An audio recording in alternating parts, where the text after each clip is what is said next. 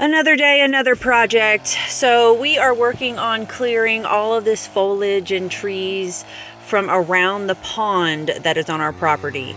So we are being very strategic. Not only are we clearing this area, but we use every ounce of what we cut down. We slice it up, we chop it up, and use it in the wintertime for firewood. And I've done previous videos showing the chopping process and how often we have to do this. We essentially are working on something related to wintertime all year long. It's a deceiving. That was a skinny tree, but it was tall, and don't underestimate how heavy that tallness actually was. You'll see that in a bit.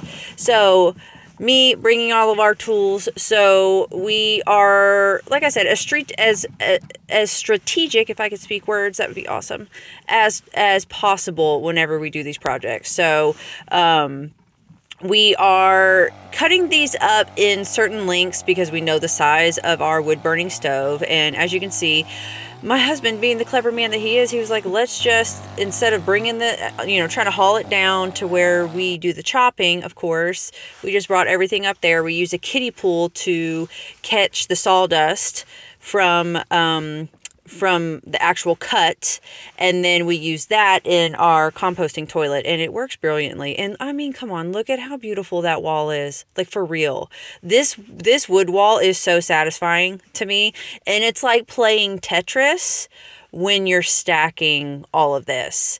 And yes, it has fallen multiple times, so you really have to have some finesse whenever you are building the wall. So the new stuff that is not chopped yet, but it is sliced up, obviously we're putting it on both sides to hold that wall up. As you can see, it's taking both of us here to pull another section of this tree. This is also a fairly steep slope, so you're slipping, you're trying to pull something heavy, it brings in the teamwork in the marriage.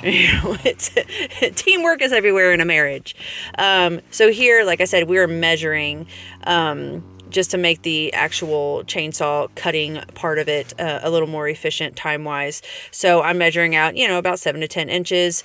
Then we elevate it, we catch it with the bucket and the kiddie pool, so that we always are efficient with, minimal loss of that sawdust, because we like to use everything. We don't want to cut down the trees in the first place, because obviously the reason we moved to where we're living now is to be a part of nature and not destroy nature.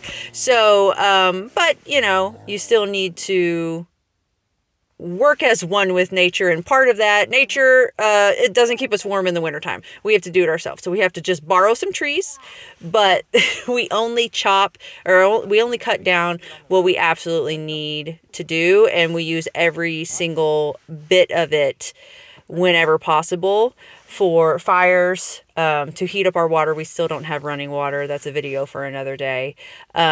We currently catch rainwater, yada, yada. So this is just one of my favorite parts, I would say, about all of this is the active lifestyle. Being a fitness and nutrition coach, I'm always harping on clients, hey, move more outside of your actual daily workouts. Well, this is why one of the reasons I love living out where we live now and having to keep up throughout the year. You have to, otherwise you will be in a real situation come wintertime whenever, you live in a place with no central, heating, and you have to heat the room and your, cabin yourself. So this is just an excuse to get up and get moving, be on your feet, the way we once did before all the modern conveniences of life came into play.